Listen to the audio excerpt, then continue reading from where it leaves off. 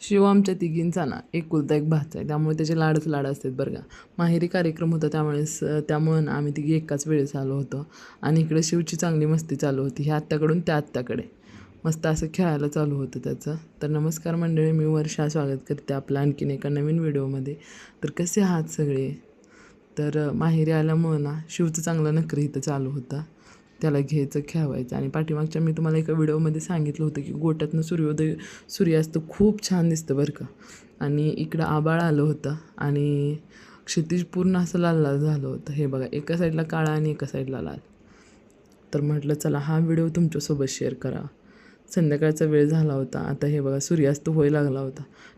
एवढं छान वातावरण झालं होतं, त्यामुळे ना खूप असं प्रसन्न वाटत होतं. आणि दुसऱ्या दिवशी सकाळी ना मी शंभूला सकाळ सकाळ जरा टेरेसवर घेऊन गेलो होते.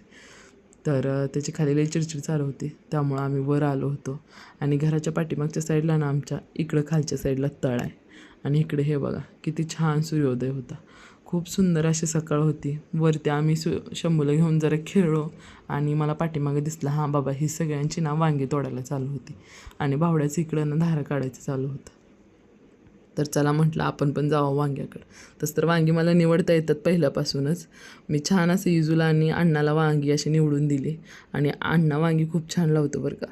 हे बघा, आता आम्ही निवडून एका साईडला केली अगोदर आणि मी शंभूला पहिल्यांदाच घराच्या पाठीमागे घेऊन गेली, त्यामुळे शंभूनं संध्याकाळी भरपूर चिडचिड केली आणि मोत्याचं इकडे थंडगार हवेला बसून चालू होतं. मस्त अशी वांगी निवडून नाही मार्केटला पाठवायची होती.